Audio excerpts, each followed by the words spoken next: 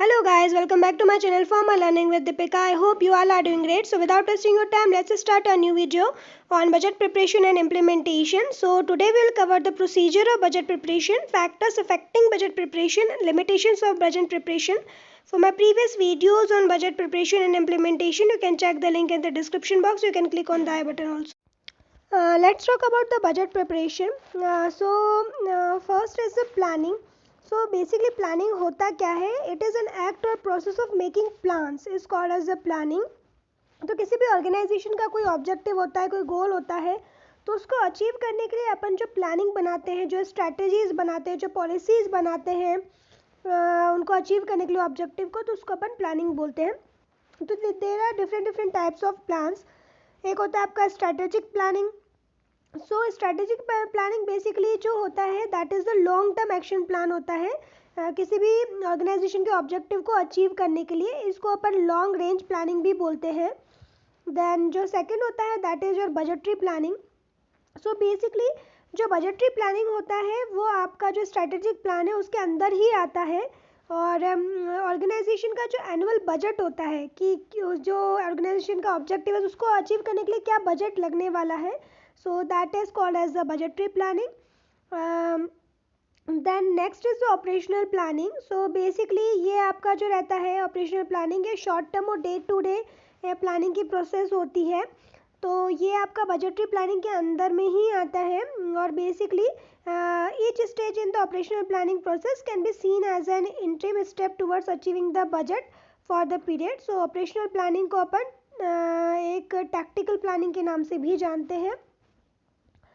और जो budget period होता है basically it is prepared and used which may be subdivided into the control period. So may be of 13 और 14 control periods are there into the budget period. Then the budget manual. So basically it is a collection of the instruction governing the responsibilities of the period and the procedure, forms and records relating to the preparation and the use of budgetary data. So it is likely to contain the objective of the budgetary procedure, the organizational structure, principal budget outlines, administrative details and the procedural matters. So this is the budget manual.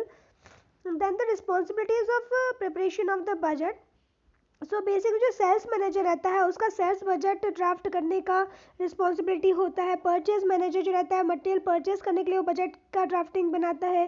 Then जो production manager रहता है वो direct production में कितना cost लगने वाला है उसके लिए बजट जितना लगेगा उसकी ड्राफ्टिंग करेगा.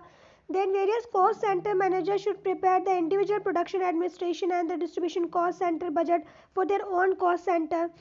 Then the cost accountant will analyze the budgeted overhead to determine the overhead absorption rates for the next budget period.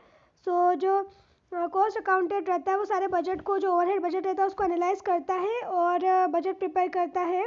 फिर ऐसा बजट प्रिपेयर करता है कि वो नेक्स्ट पीरियड जो रहता है उसको भी एब्जॉर्व कर ले. Then the budget committee. So the budget committee is assisted by the budget officer who is usually an accountant. तो बजट की जो कमेटी रहती है जिसको असिस्ट किया जाता है वो अकाउंटेंट ही असिस्ट करता है जिसको बजट ऑफिसर भी बोलते हैं. और हर एक पार्ट रहता है ऑर्गेनाइजेशन का should be represented as a part of that committee. Then जो कोऑर्डिनेशन एंड एडमिनिस्ट्रेशन होता है of the budget is usually the responsibility of the budget committee. तो बजट कमेटी की रिस्पॉन्सिबिलिटी है कि दोनों में सारे जो भी डिपार्टमेंट्स हैं उनके बीच में कोऑर्डिनेशन बनाए रखना.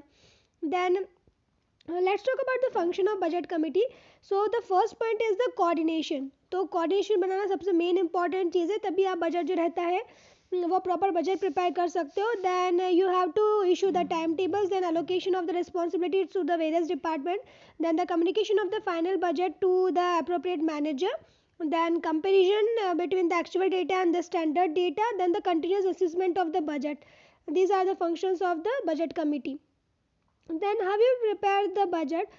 सो फर्स्ट रहता है हॉस्पिटल एडमिनिस्ट्रेटर जो रहता है वो आपका on the basis of assumptions और स्टैटिस्टिकल टर्म्स में और about the kind of services क्या आउटपुट चाहिए और व्हाट द हॉस्पिटल एक्सपेक्ट, तो उसके अकॉर्डिंग जो रहता है वो बजट को प्रिपेयर करता है. Then budget administration prepare the economical forecast respect of the new development और द अदर फैक्टर. तो जितने भी न्यू डेवलपमेंट है और अदर फैक्टर्स है उनको ध्यान में रखते हुए बजट की प्लानिंग होती है और प्रिपरेशन होता है. सो जो हॉस्पिटल एडमिनिस्ट्रेटर रहता है तो एक तरीके से जो भी पॉलिसीज़ और प्रोसीजर्स है अकॉर्डिंग टू द डायरेक्टर्स और क्या ऑर्गेनाइजेशन का गोल है ऑब्जेक्टिव है तो उसके अकॉर्डिंग वो बजट के आउटलाइन को प्रिपेयर करता है. उसके बाद में जो फाइनेंशियल मैनेजर रहता है वो एक बजट को प्रिपेयर करेगा, package of the budget, and उसको फॉरवर्ड कर दिया जाता है सारे डिपार्टमेंट को. फिर सारे डिपार्टमेंट के जो हेड रहते हैं वो उस बजट को एनालाइज करते हैं. एनालाइज करने के बाद में उनको जो भी उसमें कमियां लगती है, जो भी इंक्लूड करना होता है उनके बजट में तो वो इंक्लूड करते हैं और अपना बजट प्रिपेयर करते हैं. फिर जो भी फाइनेंशियल मैनेजर रहता है या फाइनेंशियल ऑफिसर की बात कर ले तो वो क्या करेगा कि एक बजट की हायरिंग को ऑर्गेनाइज करता है डिपार्टमेंट लेवल पे, जहाँ पर कि हर एक जो डिपार्टमेंट के हेड रहते हैं वो अपने जो भी ड्राफ्ट किया है उन्होंने बजट उसको डिस्कस करते हैं. फिर जो फाइनेंस ऑफिसर रहता है वो एक तरीके से ही develops the departmental revenue budget और summarise the departmental expenses budget and forward the departmental budget hearing summary to the concern department head. तो जब भी जो हियरिंग होती है तो हियरिंग में जो भी चीज़ें बोली गई थी तो उन चीज़ों को ध्यान में रखते हुए फाइनेंस ऑफिसर जो रहता है समरी बनाता है, पूरा फाइनल समराइज करता है बजट को और सारे डिपार्टमेंट के हेड को फॉरवर्ड कर देता है. फिर उसके बाद में जो फाइनेंस ऑफिसर रहता है वो preliminary operating revenue budget prepare करता है of that whole hospital by summarising and collecting the individual departments budget. Then finance officer जो रहता है उसको क्या करेगा, फाइनली समराइज करेगा टोटल बजट को including the capital budget and the cash budget into a proper budget format including the statistical summary. फिर उस स्टैटिस्टिकल समरी को फाइनेंस ऑफिसर जो रहता है वो प्रेजेंट करता है टू द गवर्निंग बॉडीज और द बोर्ड ऑफ ट्रस्टीज. उसके बाद में उसको जो बोर्ड ऑफ ट्रस्टीज़ रहते हैं और फाइनेंस की जो कमेटी रहती है उनके अप्रूवल अगर उनको मिल जाता है तो बजट जो रहता है वो प्रिपेयर्ड हो जाता है. So this is the preparation of the budget. So that is the final step is the approval. Then let's talk about the implementation of the budget. So basically implementation होता क्या है. इम्प्लीमेंटेशन में basically क्या होता है कि जो भी गोल और ऑब्जेक्टिव रहते हैं किसी भी ऑर्गेनाइजेशन के तो उनको अचीव करने के लिए जो भी स्ट्रैटेजिक प्लान बनाए जाते हैं तो उनको इम्प्लीमेंट करना, उनका the act of carrying out the plans, जो प्लान्स बने हुए हैं उसको कैसे कैरी करोगे तो that is called as the implementation.